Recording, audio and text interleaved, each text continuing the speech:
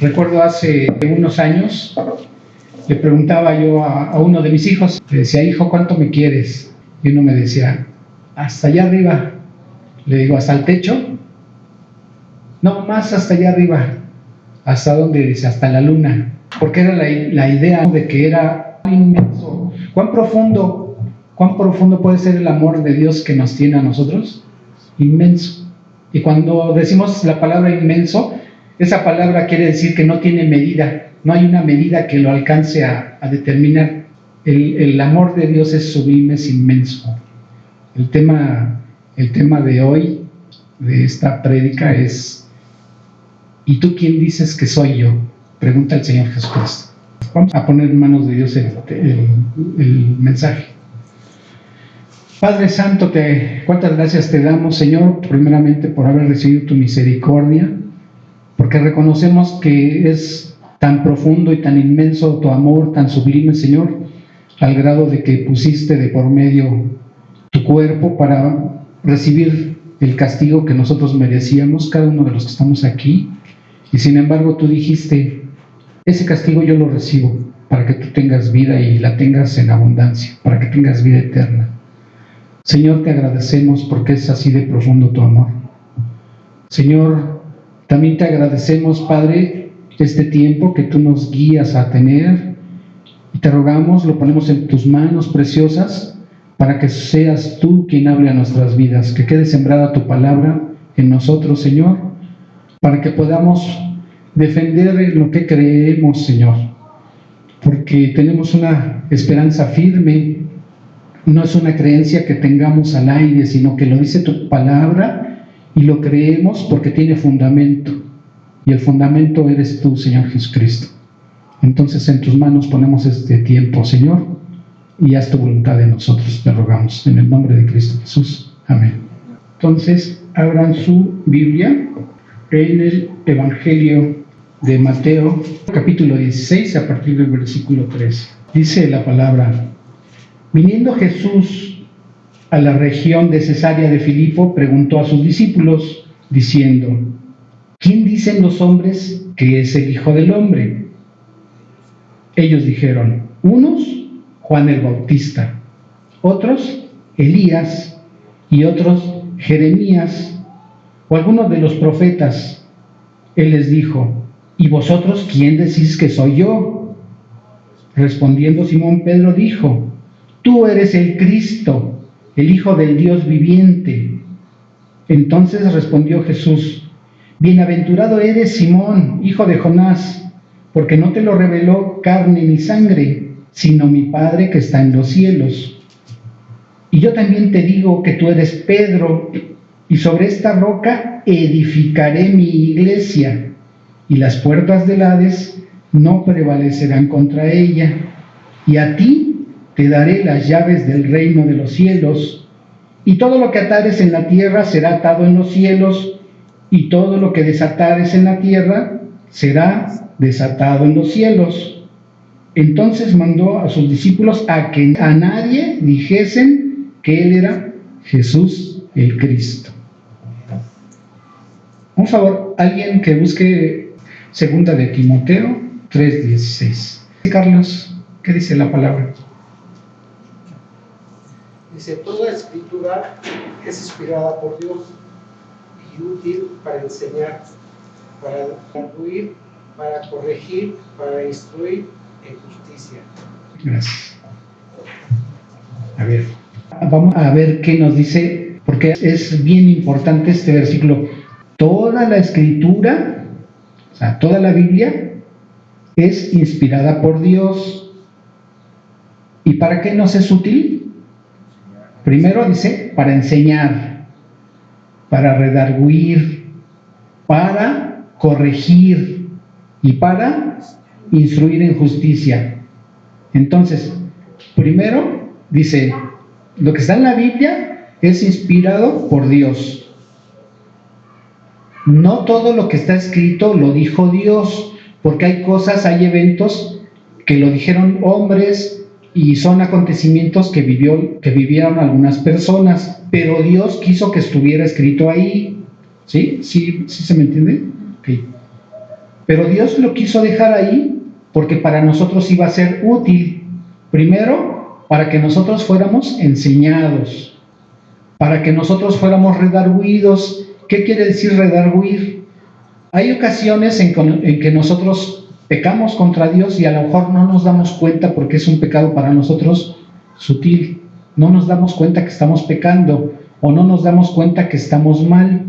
Entonces, cuando nosotros tenemos acceso a la palabra nos dice, tú estás en esta condición. Y entonces, ¿qué me está diciendo Dios a mí? Me está redarguyendo. A veces oímos una prédica y parece que nosotros pensáramos, el predicador me sabe algo o me lo está diciendo a mí. No es eso, es Dios está hablando a tu vida. Entonces, si en ese momento que estás escuchando la prédica sientes o piensas que eso que se está hablando te concierne a ti, entonces Dios te está redarguyendo, ¿correcto? Y dice también que es útil para corregir. Ok, habrá cosas que nosotros pensamos que es lo que dice Dios, o habrá cosas que pensamos que eso que creemos está bien, pero sin embargo la Biblia nos corrige. Y la tercera dice que es útil para instruir en justicia. ¿Por qué? Porque la Biblia la utilizamos también para predicar el Evangelio. Cuando esa persona recibe el Evangelio y recibe la misericordia de Dios, esa persona viene a ser justa por lo que hizo el Señor Jesucristo en la cruz.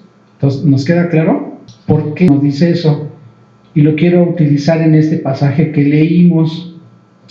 Hace rato venían unas personas a querernos compartir, personas que ya sabemos que son de los testigos de Jehová, y ellos hablan de un comportamiento, hablan de una transformación de las vidas a través de un comportamiento, porque piensan que esa labor los va a llevar a Dios, cuando no es así. ¿Por qué? ¿Se acuerdan qué dice Juan 14:6? Si alguien lo quiere buscar, adelante, Omar. Jesús les dijo, yo soy el camino y la verdad y la vida. Nadie viene al Padre sino por mí. Gracias. Entonces, el Señor Jesucristo estaba diciendo, yo soy el camino y la verdad y la vida. Y nadie llega al Padre si no es por mí. Entonces estaba diciendo el Señor Jesucristo que Él es el camino para llegar a Dios. Para nosotros no todos los caminos llevan a Dios, aunque haya religiones o haya sectas que hablen de Dios o te citen algún versículo de la Biblia, porque lo pueden estar sacando de contexto o no está fundamentado verdaderamente esa creencia que tienen ellos en lo que dice la palabra. Okay. Entonces, ¿por qué es importante saber quién es Cristo para nosotros? Les preguntaba yo a estas personas, ¿para ti quién es Jesucristo?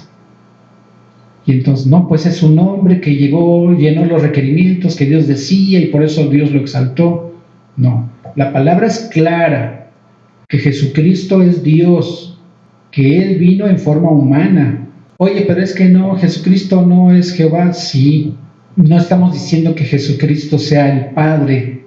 ¿Por qué? Porque la Biblia también es clara en cuanto a, aunque no habla la palabra Trinidad, sí hay una doctrina establecida y que se puede obtener de la Biblia cuando ella misma nos habla de Dios Padre, Dios Hijo y también Dios Espíritu Santo. ¿Sí?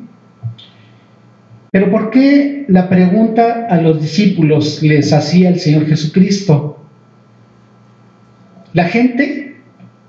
Para la gente el Señor Jesucristo ya tenía una cierta fama de que Él sanaba a cuanta persona le llevaran enfermo, Él lo sanaba. Y entonces para muchos era un sanador. Pero también hablaba la palabra y decía a la gente que Él hablaba no como los escribas ni los fariseos, sino que Él hablaba con autoridad. Y cuando una persona habla con autoridad, quiere decir que esa autoridad está emanando de Él o le es conferida esa autoridad, ¿sí? Entonces llevaba fundamento la palabra que Él decía a la gente. Pero ¿será que les hizo la pregunta porque Él quería saber qué decía la gente de Él? Él lo sabía, pues es Dios. Y sin embargo, aquí Pedro le dice, es que unos te identifican con Juan el Bautista. ¿Y por qué? Porque acuérdense que Juan el Bautista había sido decapitado. Y entonces mucha gente pensaba que el espíritu de Juan el Bautista había sido depositado en el Señor Jesucristo. Y entonces por eso hacía él lo que hacía. Y otros pensaban que había regresado Elías, porque dice la palabra que Elías fue arrebatado al cielo. Él no murió, él fue llevado un día por Dios a la presencia de él. Y otros pensaban que era otro profeta llamado Jeremías. Pero el Señor Jesucristo les regresa la pregunta a los discípulos, y ustedes, eso dice la gente, pero ustedes, ¿quién dicen que soy yo? Él había estado mucho tiempo con ellos y habían visto muchos milagros, y recordamos, ¿no? Había multiplicado el pan, que había sanado, lo habían visto que había caminado sobre el mar, lo habían visto que él le había dicho al mar que se aquietara. Entonces, también lo habían visto que había resucitado a alguien. Y entonces esa persona de Jesucristo tenía poder ¿sobre qué?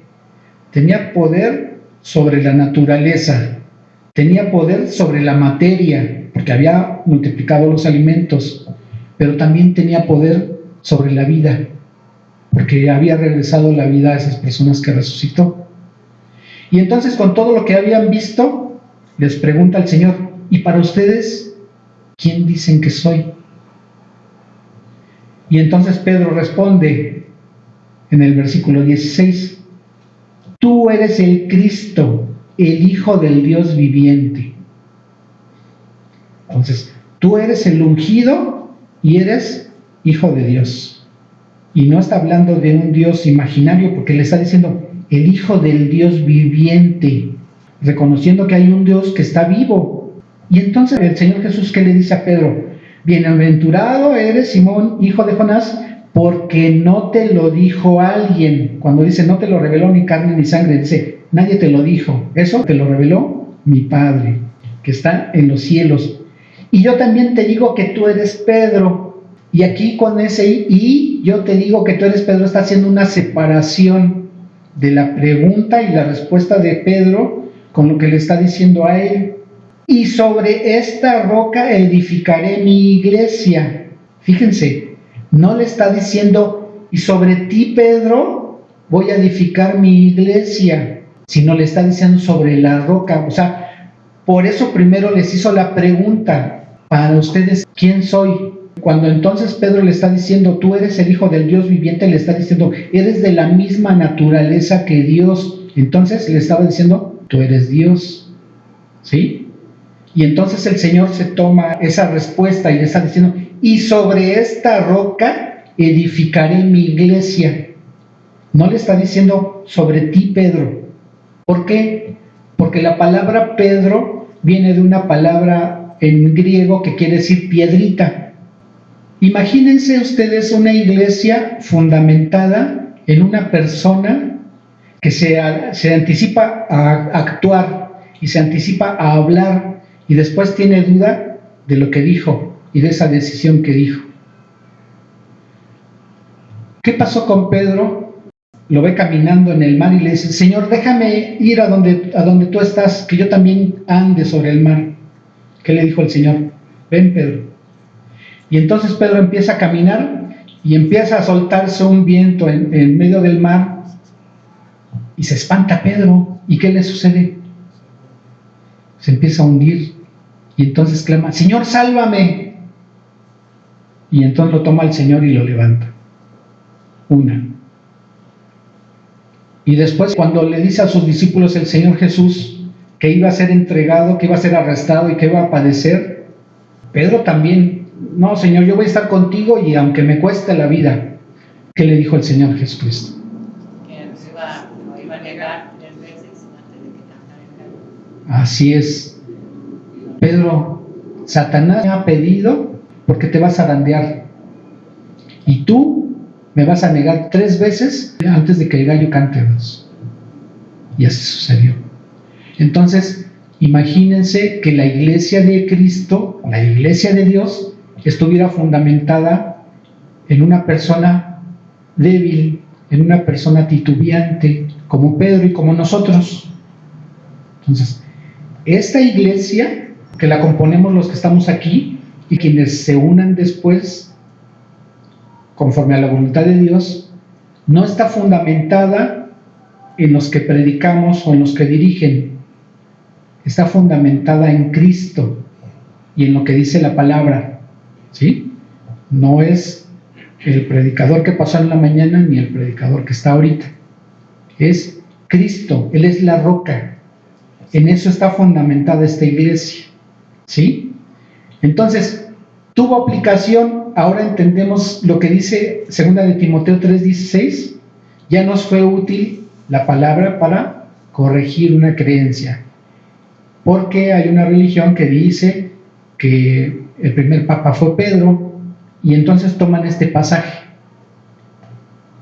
cuando le está diciendo: y yo también te digo que tú eres Pedro, y sobre esta roca edificaré mi iglesia. Acuérdense que no le está diciendo: y sobre ti, piedrita, sobre ti, Pedro, voy a edificar mi iglesia. Imagínense qué responsabilidad le hubiera dejado a Pedro, porque estaría fundamentado en una persona, ¿sí? Y a ti te daré las llaves del reino de los cielos. Cuando le está diciendo a ti te daré la llave del reino de los cielos, no le está diciendo te estoy dando las llaves del cielo, que es lo que mucha gente se imagina o mucha gente cree. ¿Qué es un reino? Un lugar, y ese lugar que tiene, hay personas y hay un rey, y entonces se está refiriendo a un lugar a donde hay personas y que tienen un rey. Y entonces, cuando le está diciendo, y a ti te daré las llaves del reino de los cielos, no le está diciendo que te daré las llaves del cielo, no, le está diciendo, a ti te voy a encargar a mi pueblo. ¿Y cuál? Oye, pero aquí no dice eso. Vamos al Evangelio de Juan, en el capítulo 21, a partir del versículo 15. Cuando hubieron comido, Jesús dijo a Simón Pedro: Simón, hijo de Jonás, ¿me amas más que estos? Le respondió: sí, Señor, tú sabes que te amo. Él le dijo: apacienta mis corderos. Volvió a decirle la segunda vez: Simón, hijo de Jonás, ¿me amas?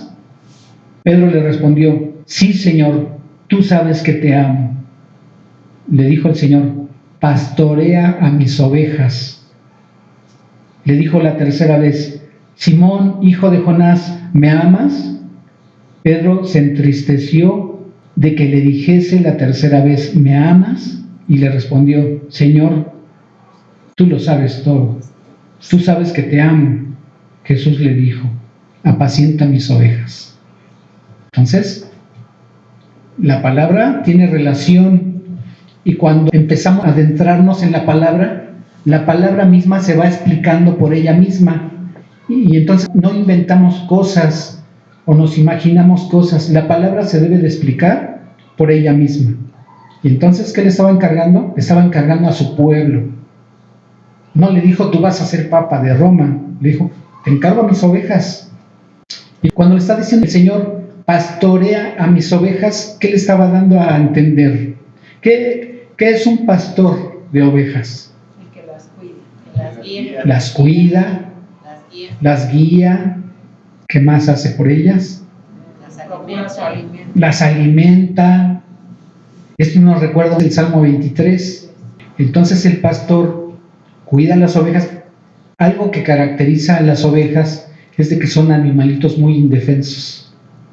Y si se quedan solitas, pueden llegar a perecer, porque no saben cuidarse ellas mismas. Y entonces el pastor las tiene que llevar a los pastos a que se alimenten, las tiene que llevar cuidándolas a cada una de ellas. Y por eso el Señor asimila a su iglesia, nos dice a nosotros que nosotros somos ovejas, que somos ovejas de su prado, ¿sí? Entonces el Señor le estaba diciendo a Pedro: te encargo a mis ovejas, aliméntalas. ¿Y de qué las iba a alimentar? De la palabra. Entonces, esto que estamos viendo era para dejarles claro a los discípulos que todo lo que estaba haciendo el Señor Jesucristo era para traer vida. Y de esa vida que Él iba a traer a través de su sacrificio, iba a haber un pueblo que iba a Él a comprar con su sangre. Y desde ese tiempo hasta nosotros somos el resultado de ese sacrificio que Él hizo en la cruz, ¿sí? Y entonces por eso viene el nacimiento de la iglesia, a partir del sacrificio del Señor Jesucristo, y luego lo que nos describe el libro de Hechos. ¿Se acuerdan del día de Pentecostés? La promesa que hizo el Señor Jesucristo a ellos: no se vayan de Jerusalén, tienen que esperar la promesa que viene del Padre, aunque Él también lo había prometido. Entonces, el nacimiento de la iglesia es desde el sacrificio de Cristo y hasta el día de Pentecostés, en que Él permite que llegue el Espíritu Santo a que moren las personas. ¿En qué personas va a morar el Espíritu Santo? Los que creen en Él. Ajá. Y entonces, todos los que hemos creído en ese sacrificio, en la cruz del Calvario que hizo el Señor Jesucristo, recibimos ese Espíritu Santo. Y todos formamos esa iglesia. Ajá. Y hace rato veíamos en la prédica que la palabra habla de un cuerpo. Entonces, nosotros somos parte de ese cuerpo. Ajá. Le comentábamos la semana pasada que cuando nosotros hacemos esa decisión de creer en Cristo y reconocerlo como Señor, como ¿qué Señor? Como Dios, y Él nos da la salvación, en ese momento Él también nos da un don, y ese don nos capacita para venir a ser una partecita de ese cuerpo. Y hace rato veíamos, algunos van a ser manos, algunos van a ser rodilla, algunos van a ser ojos, algunos van a ser boca. ¿Por qué? Porque cada parte de ese cuerpo va a tener una función dentro del cuerpo, dentro de la iglesia. Más adelante vamos a ver que dice la palabra que Cristo es la cabeza de la iglesia. Entonces no solamente es el fundamento, o sea, es el fundamento que nos tiene firmes en lo que creemos, pero también es la cabeza porque Él decide hacia dónde va a llevar a ese cuerpo, ¿sí? Y entonces los que estamos en ese cuerpo vamos a desarrollar una función. ¿Para qué? Para hacer crecer ese cuerpo y moverlo conforme a la voluntad de Cristo. Y ya nos queda más claro cuál es la función de la iglesia. También lo mencionamos en una prédica anterior. ¿Se acuerdan de la Gran Comisión? ¿Sí? ¿Qué comisión le dejó el Señor Jesucristo a los discípulos? Ir a predicar el Evangelio. Entonces, ¿qué diferencia tenemos nosotros como cristianos a cualquier religión?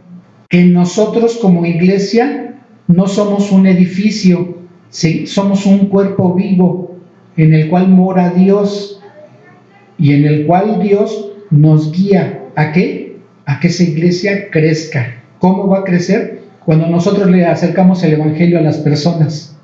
Entonces las personas creen y entonces Dios los va llevando a las diferentes congregaciones cristianas para que ellos crezcan a su vez.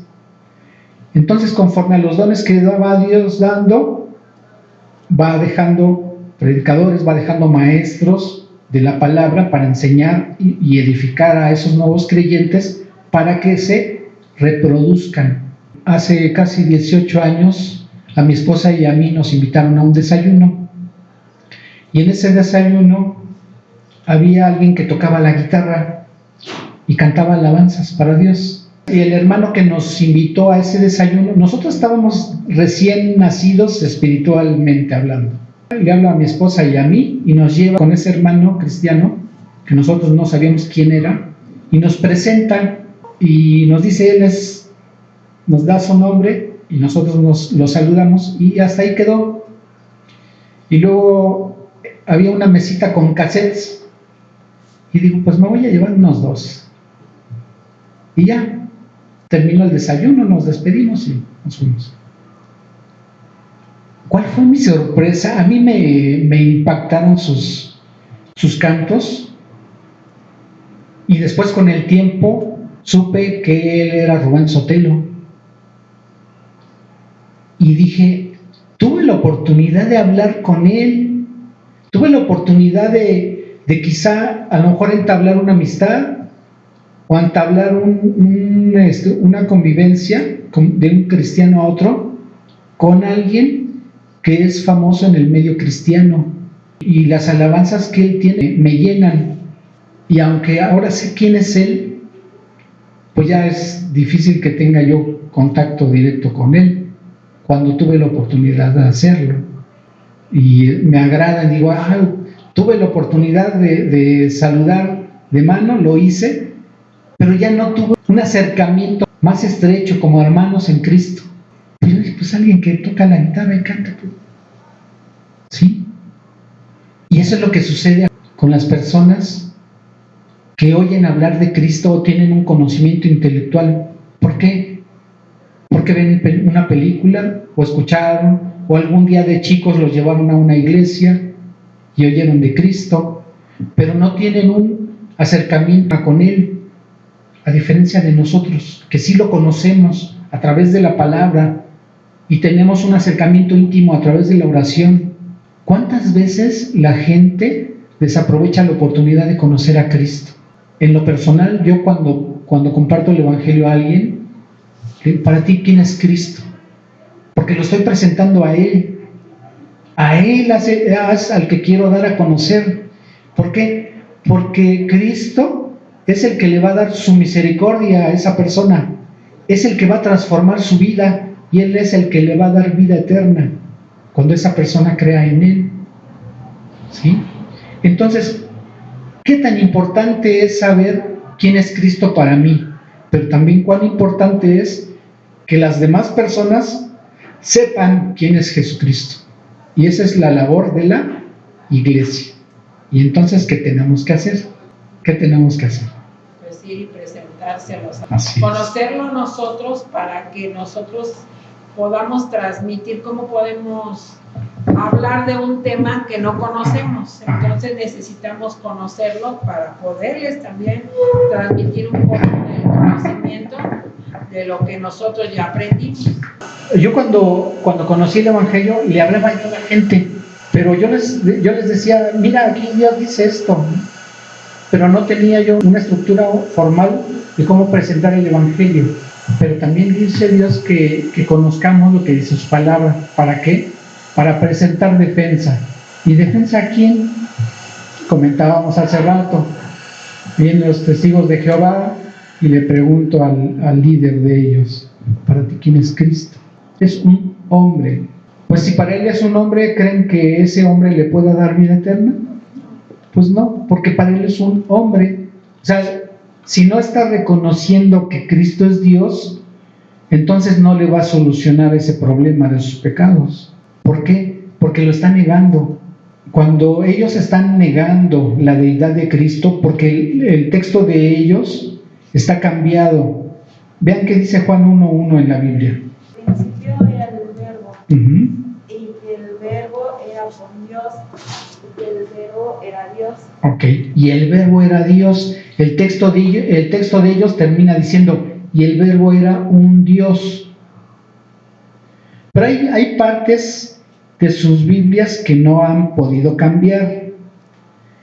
Vamos a ver qué dice Isaías 43. Voz que clama en el desierto, preparad camino a Jehová, enderezad calzada en soledad a nuestro Dios. Entonces está diciendo que viene una voz que clama en el desierto, ¿sí? Y está preparando el camino ¿de quién? De Jehová. Ahora vámonos al Evangelio de Juan, en el capítulo 1. Entonces, la profecía dice en Isaías 43 que hay una voz que clama en el desierto y que está preparando el camino de Jehová. Ellos creen en Jehová, los testigos creen en Jehová, dicen. Vamos a ver qué dice Juan 1 a partir del versículo 22, y lo leo. Le dijeron, pues ¿quién eres para que demos respuesta a los que nos enviaron? ¿Qué dices de ti mismo? Le están preguntando a Juan el Bautista. Y en el versículo 23 dijo, yo soy la voz de uno que clama en el desierto, enderezad el camino del Señor, como dijo el profeta Isaías. Entonces, ¿de quién estaba hablando ahí esa profecía? Uno, estaba hablando de la voz que clamaba en el desierto. Y en el Nuevo Testamento, ¿quién dice que era esa voz? La de Juan el Bautista. Y si Juan el Bautista, como decía la profecía, estaba preparando el camino de Jehová, en el Nuevo Testamento vemos que Juan el Bautista estaba preparando el camino ¿de quién? De Cristo. Entonces, ¿quién es Cristo? Jehová. Es Jehová, es Dios. ¿Sí? Ok. Pero a lo mejor todavía dudo de que Jesucristo sea Dios. Vamos a ver qué dice Apocalipsis. En el capítulo 1, a partir del versículo 5, lo leo. Y de Jesucristo, el testigo fiel, el primogénito de los muertos y el soberano de los reyes de la tierra, al que nos amó y nos lavó de nuestros pecados con su sangre, y nos hizo reyes y sacerdotes para Dios su Padre. A Él sea la gloria e imperio por los siglos de los siglos. Amén. Dice el versículo 7, he aquí que viene con las nubes, y todo ojo le verá, y los que lo traspasaron, y todos los linajes de la tierra harán lamentación por él. Sí, amén. Y dice el versículo 8, yo soy el alfa y la omega, y principio y fin, dice el Señor, el que es, y que era, y que ha de venir, Él Todopoderoso. Entonces, si está diciendo que todo ojo va a ver a alguien que fue traspasado, ¿a quién traspasaron? Jesucristo. Y en el versículo 8 está diciendo que es, el que era y que ha de venir, el Todopoderoso. Entonces, ¿quién es Cristo? Dios. Es el Todopoderoso. Él es Dios. ¿Sí? Desafortunadamente para ellos no lo es. Entonces, ¿cuál va a ser el camino de ellos?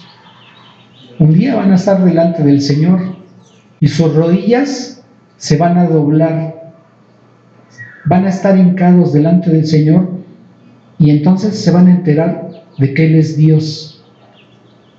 Pero ya no, su vida ya no va a tener remedio. ¿Por qué? Porque sus nombres no están escritos en el libro de la vida. Oye, ¿Dios tiene un libro de la vida? Sí.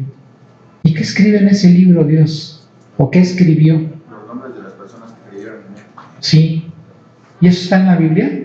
Sí. Vamos a ver igual Apocalipsis, en el capítulo 20, a partir del versículo 11, dice la palabra, y vi un gran trono blanco y al que estaba sentado en él, de delante del cual huyeron la tierra y el cielo, y ningún lugar se encontró para ellos.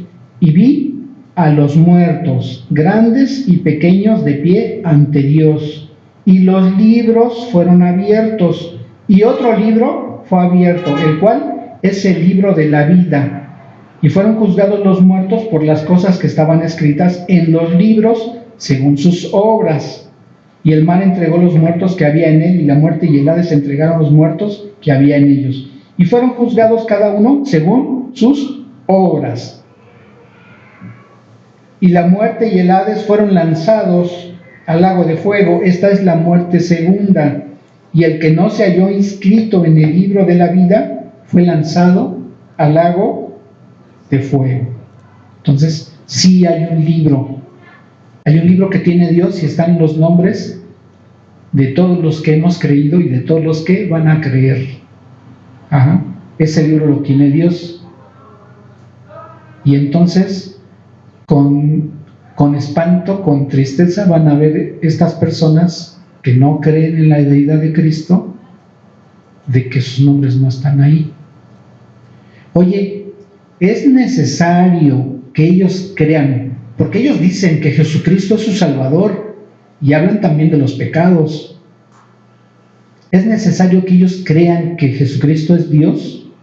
Sí, vamos a ver qué dice Romanos capítulo 10, a partir del versículo 8.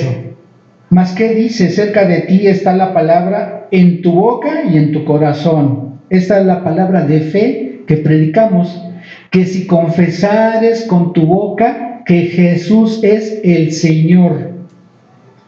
Cuando estamos leyendo en la Biblia el Señor, esa palabra está escrita en griego con un término que se deletrea Kyrios o Kurios, y esa palabra quiere decir Dios.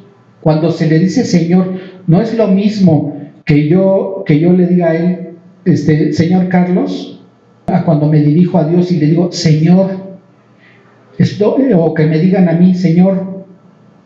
Cuando me dicen Señor, me están aplicando un término que saben que es de una persona a otra, pero cuando alguien se dirige a Dios como Señor, está usando uno ese término, Kyrios o Kurios, y está aplicado a la deidad. Entonces, está diciendo que si confesare con su boca que Jesús es el Señor, que Jesús es Dios, y creyeres en tu corazón que Dios le levantó de los muertos, serás salvo. Pero como ellos no creen en la deidad de Cristo, entonces no están aplicando este verso a sus vidas. Y entonces ese conocimiento que tienen de que Cristo vino y que fue colgado de un madero, dicen ellos, y los salva de sus pecados, pues se quedaron a medias. ¿Por qué? Porque no le están reconociendo la deidad. Y cuando no reconocen la deidad del Señor, lo están negando. ¿Sí? Porque si viene una persona y me dice, oye, tú no eres contador, pues entonces no te hago tu declaración, ¿no? Entonces se van a acercar con el Señor, tú no eres Dios, pues entonces no te salvo, porque no me estás reconociendo. Así es. La palabra dice que si nosotros nos avergonzamos del Señor Jesucristo delante de los hombres, Él también nos va a negar delante de su Padre.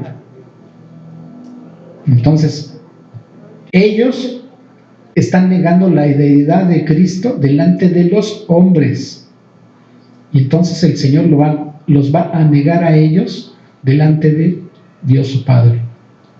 Oye, ¿y entonces de qué les sirvió a ellos andar de casa en casa dejando un folleto o compartiendo de que cambies tu vida, cuando eso no les va a ayudar? Fíjense por qué. ¿Se acuerdan que en una prédica anterior hablábamos de un nuevo nacimiento? Lo que le dijo el Señor Jesucristo a Nicodemo en Juan capítulo 3. Fíjense, y aún más, aunque uno les muestra. ¿Qué dice Isaías 9? Lo leo. Isaías 9, Isaías es un libro que está escrito por un profeta hace casi 2700 años.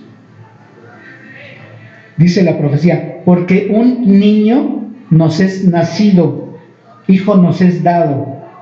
Y cuando dices niño, bueno, pues es otra persona, un ser humano, pero fíjense, y el principado sobre su hombro, y se llamará su nombre admirable, consejero, Dios fuerte, Padre eterno. ¿Quién es eterno? Solamente Dios, ¿sí? Príncipe de paz.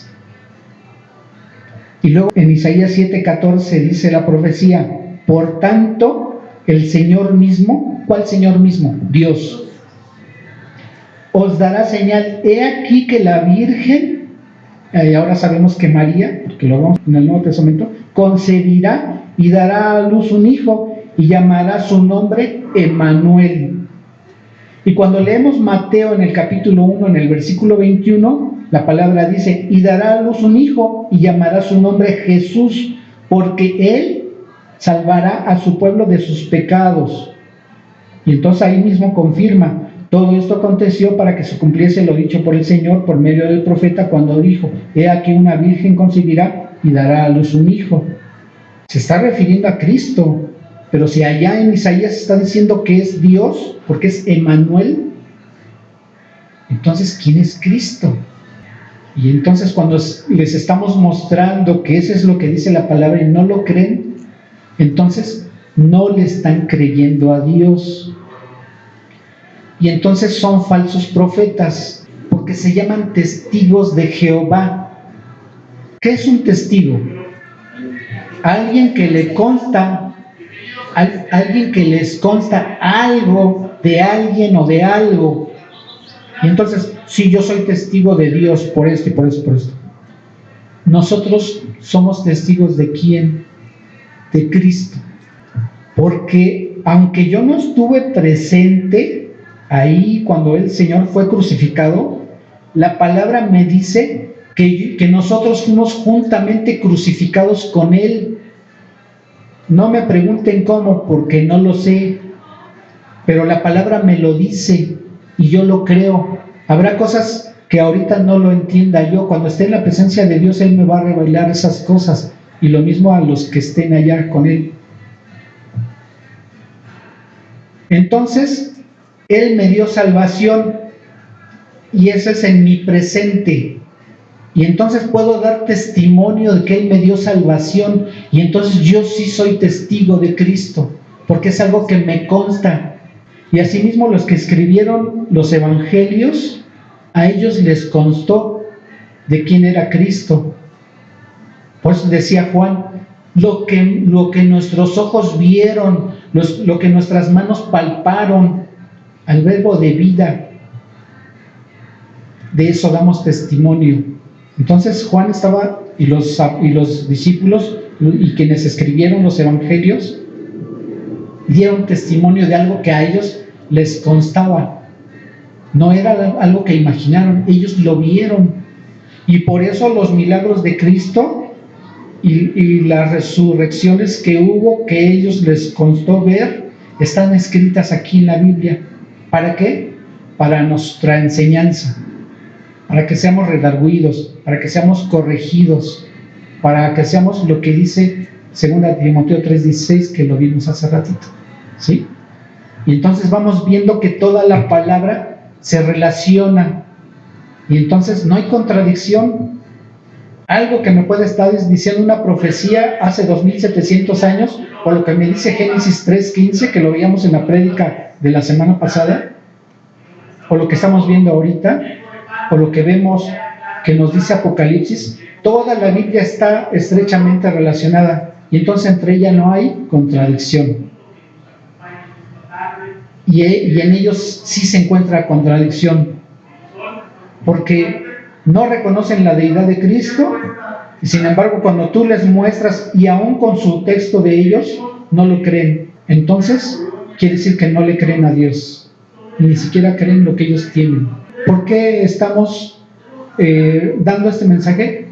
Porque va a haber ocasiones en que tengamos contacto con alguien que pertenece a esa religión, y si nosotros le queremos predicar el evangelio, le tenemos que redarguir, le tenemos que corregir, le tenemos que enseñar lo que dice 2 Timoteo 3:16.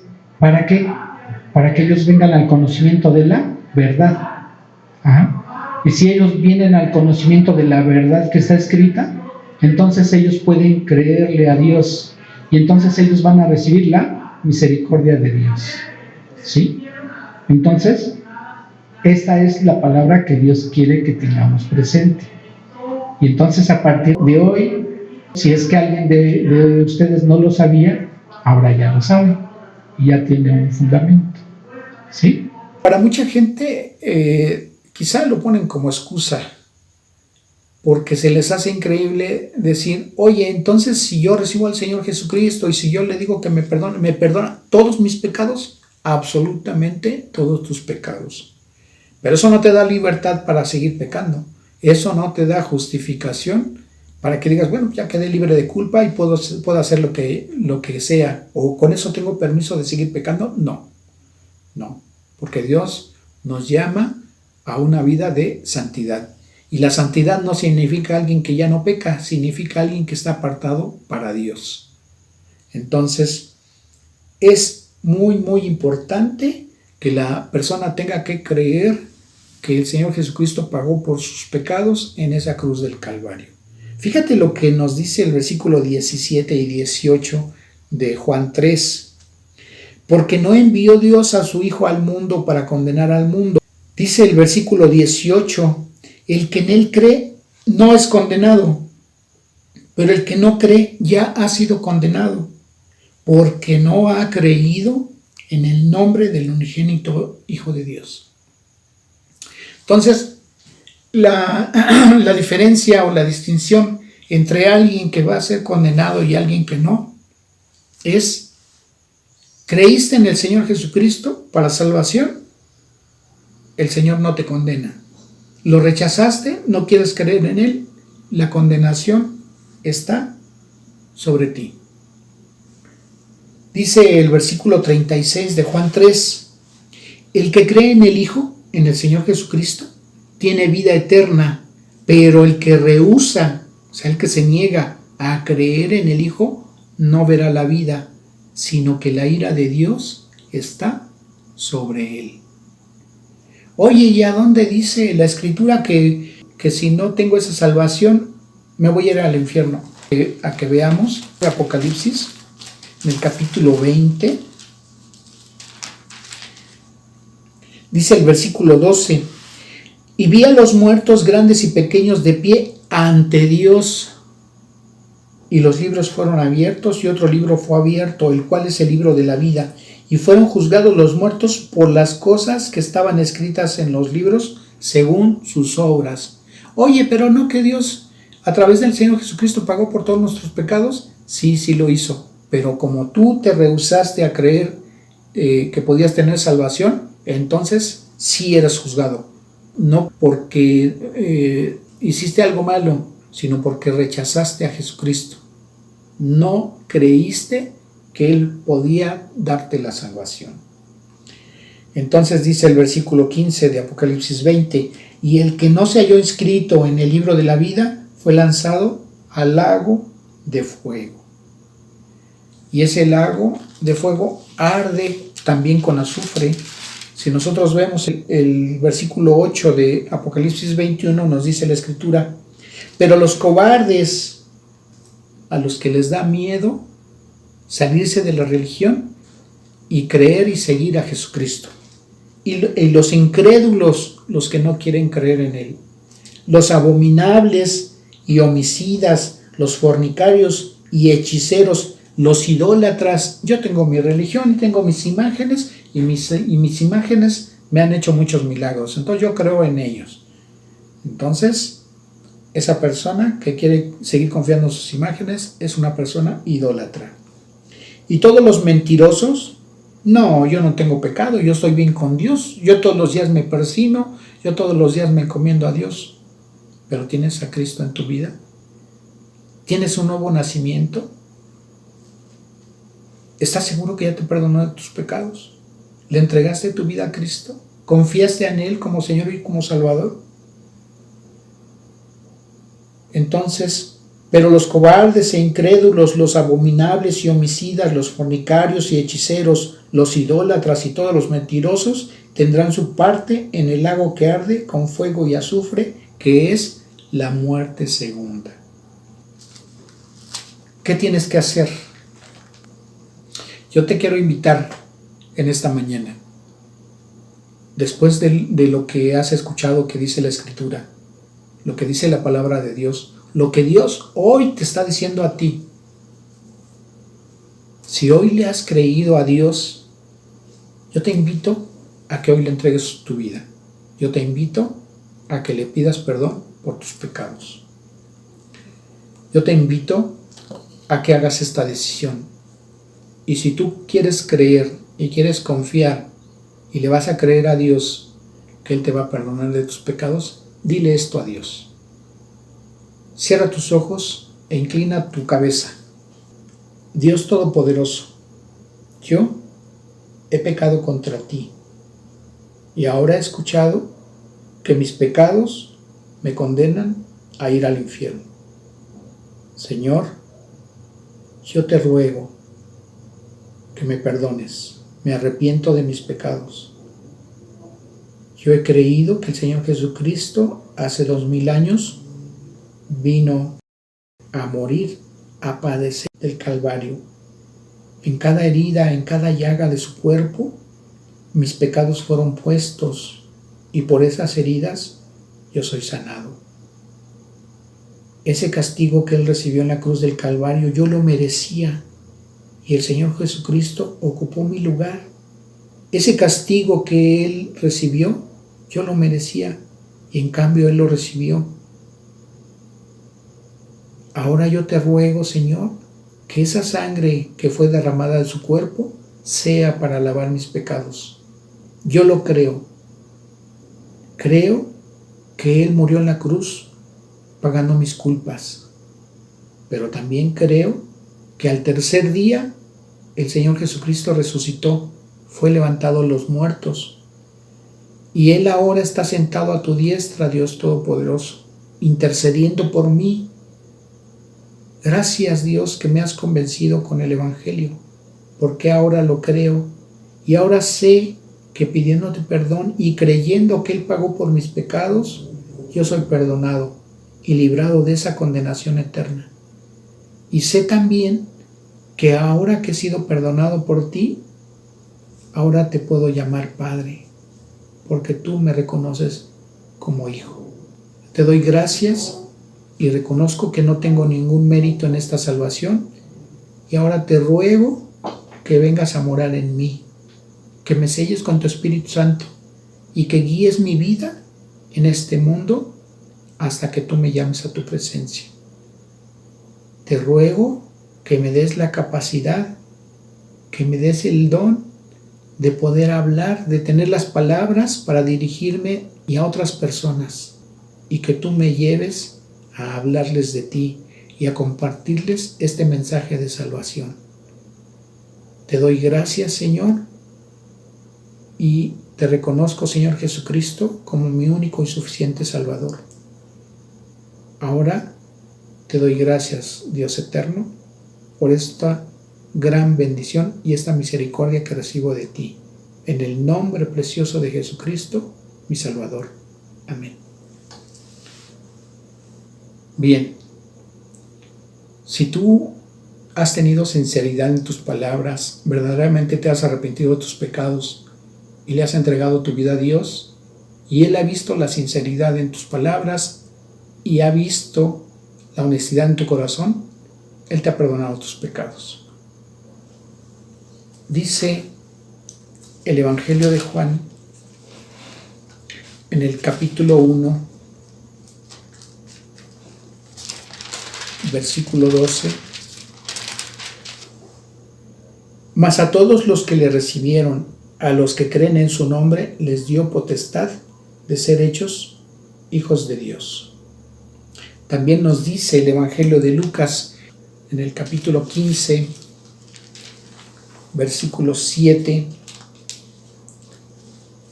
y 10. Os digo que así habrá más gozo en el cielo por un pecador que se arrepiente que por 99 justos que no necesitan de arrepentimiento. Es el versículo 10.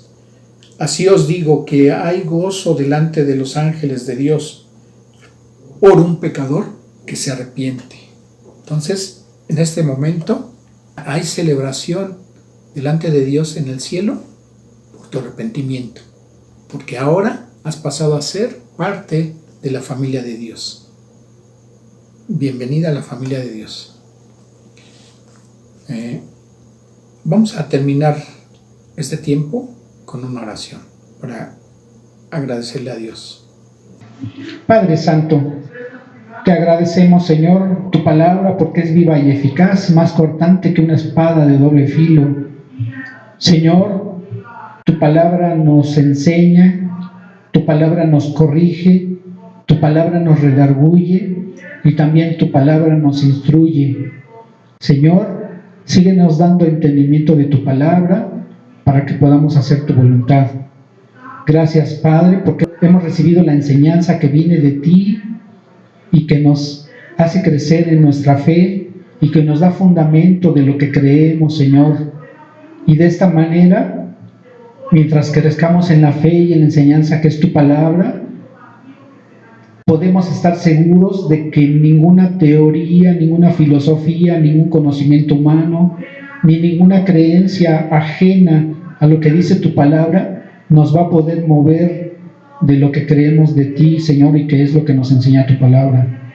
Te agradecemos, Padre Santo, por esta bendición y te agradecemos y reconocemos tu nombre. A tu nombre damos gloria. Toda la gloria y la honra te pertenecen a ti, Señor, por los siglos de los siglos.